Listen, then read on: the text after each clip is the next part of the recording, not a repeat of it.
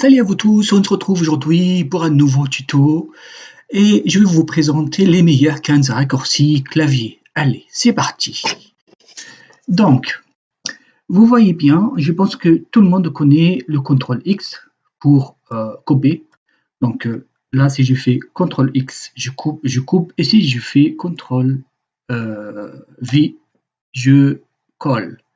Après, il y a le CTRL C. CTRL C, c'est pour copier.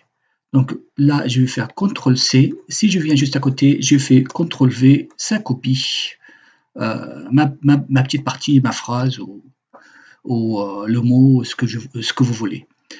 Après, bien sûr, CTRL V, on l'a dit. Maintenant, tabulation. Tabulation, c'est pour ajouter une ligne dans un tableau. Ça, c'est très, très utile parce qu'avec la tabulation, vous pouvez faire comme ça, aller jusqu'à la dernière ligne et hop, vous faites une tabulation et là, ça vous rajoute une ligne. Donc, ça évite d'aller chercher dans le tableau, rajouter une ligne, etc. Après, il y a le CTRL Z qui est très utile parce qu'avec CTRL Z, on revient en bas, en arrière, et avec CTRL Y, on avance en bas, en avant.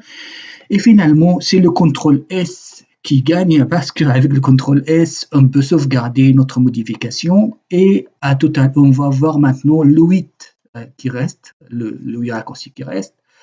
Donc, le 8 raccourci qui reste, c'est Alt et tabulation. F3, Alt et tabulation, bien sûr, c'est pour passer d'une application à l'autre, pour naviguer entre les applications qui sont en bas, là, sur le bar Windows.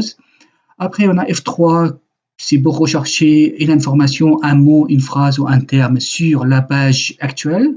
On a le logo Windows avec les flèches pour organiser les onglets. On a le logo Windows et M pour minimiser. Et on a F11 pour le mode plein écran. On va voir ça tout de suite.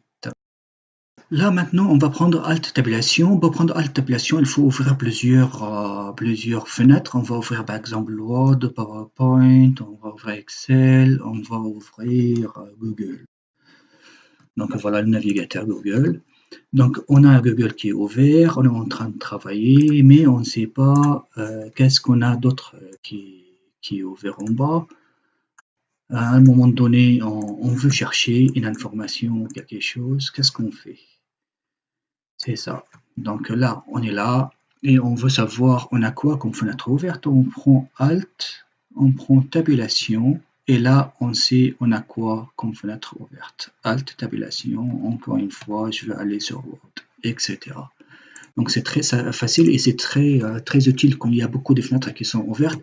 Après, pour organiser nos fenêtres, c'est très simple. On prend la fenêtre avec la souris et puis on va la plaquer contre le paroi. Si je vais aller là-haut, tout là-haut, là, ça fait le quart de la page. Et si je fais aller à la moitié, ça fait la moitié de la page. Donc je peux prendre une deuxième, par exemple, Excel, je minimise et puis je vais le mettre dans la moitié de la page. Donc c'est là, par exemple. Si je veux que ce soit 4 pages sur le bureau, donc je vais mettre ça là. Je vais mettre ça soit en bas, soit en haut, mais c'est un peu dur à déplacer avec ma souris. Et on va voir ça, par exemple, c'est la moitié, mais moi je veux que là-haut. Et voilà, hop, les 4 pages. Donc, il y a une manière beaucoup plus simple, c'est d'utiliser la touche de logo Windows plus les 4 flèches. Là, c'est beaucoup plus maniable, si vous voulez. Donc, on va prendre ça, on va le mettre n'importe comment. Et puis, on va commencer. Par exemple, PowerPoint, je voudrais qu'il soit tout là-haut. Voilà, comme ça. La moitié de la page. Si c'est le quart de la page, je clique encore une fois. Donc là, je prends à droite, la flèche à droite. Si je veux que ce soit là-haut, tout là-haut, je clique encore une fois là-dessus et puis je monte avec la flèche là-haut. Là, c'est pareil. Je prends ça par exemple. Je veux que ce soit sur la gauche. Alors là, sur la gauche, mais je veux que ce soit sur la gauche, mais en bas. Donc je clique encore une fois et je fais sur la gauche en bas, etc. Donc c'est beaucoup plus simple avec le raccourci clavier. Donc voilà pour le raccourci. Maintenant, on va voir comment faire pour minimiser tout ça. Par exemple, on a 4 fenêtres qui sont ouvertes. On va minimiser tout. On va tout descendre en bas. Un travail, par exemple, secret, quelque chose qu'il ne faut pas que les autres. Vous voyez, on fait la touche qui fait ça, j'ai déjà oublié. On fait la touche Windows plus M. Voilà. la touche Windows plus M, elle descend tout en même temps. Donc c'est très très pratique quand on travaille avec plusieurs choses.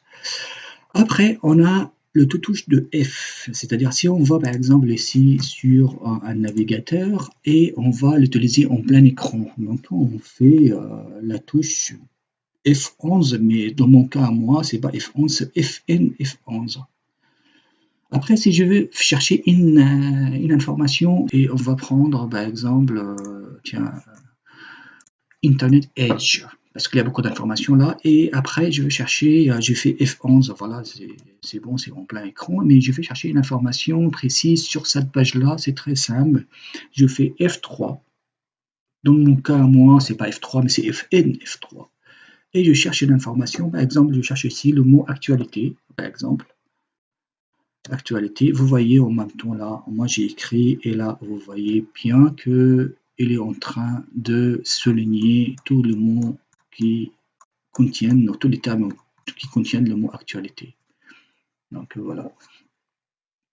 Donc ça peut être très utile si vous cherchez un terme précis, une expression précise, quelque chose de vraiment précis sur la page. Et là, hop, au lieu de chercher mot par mot, bah là, on cherche directement dans cette barre de recherche. Et la barre de recherche, on peut l'obtenir avec le F3 ou FN F3. Voilà, voilà pour aujourd'hui, c'est tout pour aujourd'hui. J'espère que ça vous a plu. Donc, on se verra la prochaine fois. Et n'oubliez pas de remercier tous ceux et celles qui ont aimé, partagé et qui ont commenté mes vidéos. Et n'oubliez pas de vous abonner. Allez, ciao!